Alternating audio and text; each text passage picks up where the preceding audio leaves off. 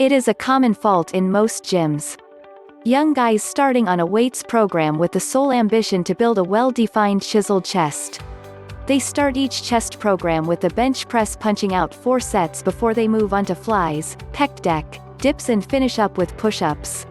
16+ sets of chest exercises with little or no results except for pain and tenderness in the front of the shoulders. So what has gone wrong and why is pain present? Before we address these questions, we need to understand the anatomy of the chest muscles. The chest muscles are made up of the pectoralis muscles, which are divided into 3 bundles.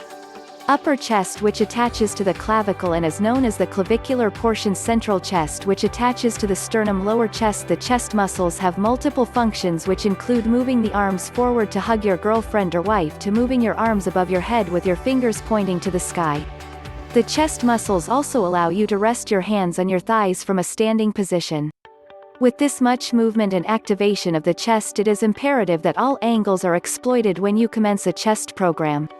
One of the biggest problems with young gym enthusiasts is they train their chest repetitively through the same planes of motion, which causes stress and excessive pressure to particular chest bundles.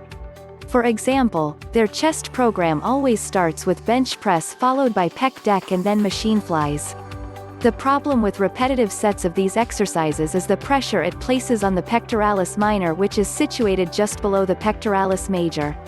Delavere and Gundil 2010 note that the pectoralis minor muscle is a stabilizer for the shoulder and may cause pain in people who do repetitive planes of movement like repetitive sets on the bench press. They also state that tendinitis in the pectoralis minor can easily be confused with shoulder pain because of its location.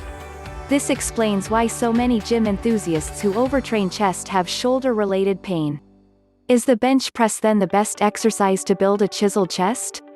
Rocha Jr. et al. 2007 state that the bench press is a good starting point for some people wanting to build their chest, however it is not for everyone. Scientific studies by Welsh et al. 2005 showed that the deltoid muscles in the front of the shoulders had greater activation with the bench press than it did in the pectoralis major. Delavere and Gundil 2010 build on this premise by noting that poor recruitment of the pectoralis major could be why the deltoid muscles are activated more during the bench press. They state that some people, including young gym enthusiasts, are not natural bench pressers and thus need some time to work on motor recruitment by only focusing on recruiting the pectoralis major and not activating the shoulders or arms. Delavere and Gundil 2010. The best exercises for these types of people to focus on pectoralis recruitment is straight arm bench flies with dumbbells.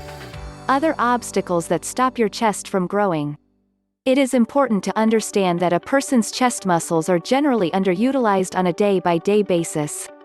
Unless you are in the habit of bench pressing your children or hugging and squeezing your girlfriend regularly throughout the day, you hardly use your pectoralis muscles at all, especially if you are not regularly training in the gym.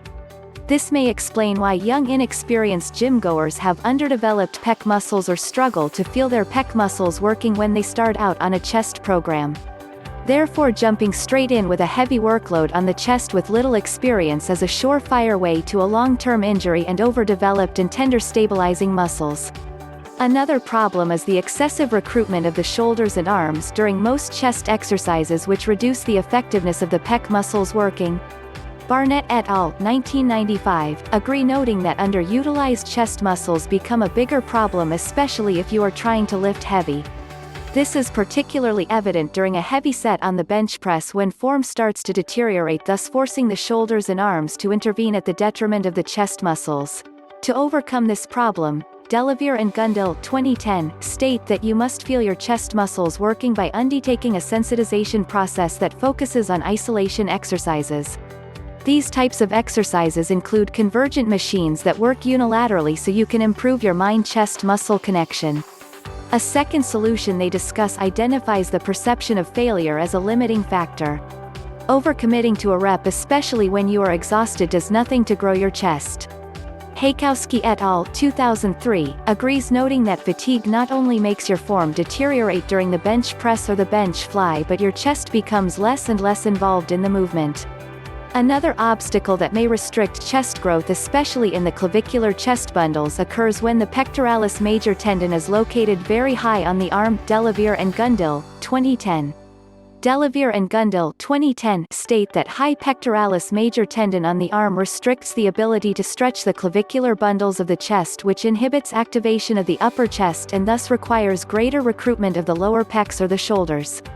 They argue that it is nearly impossible to recruit the clavicular bundles with a high pectoralis major tendon by doing compound exercises like bench press.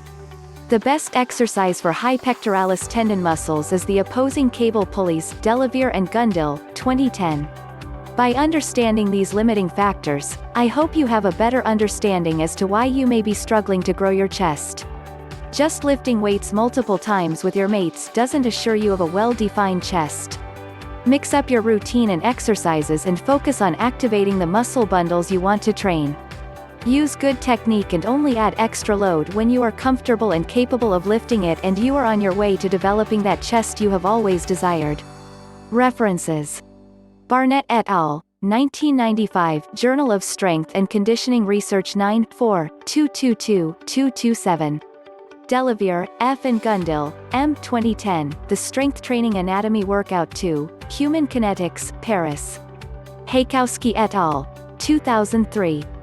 Medicine and Science in Sports and Exercise 35 1, 65-68. Rocha Jr. et al., 2007, Revista Brasileira de Medicina do Esporte 13 43E46E. Welsh et al., 2005, Journal of Strength and Conditioning Research 192-449-452.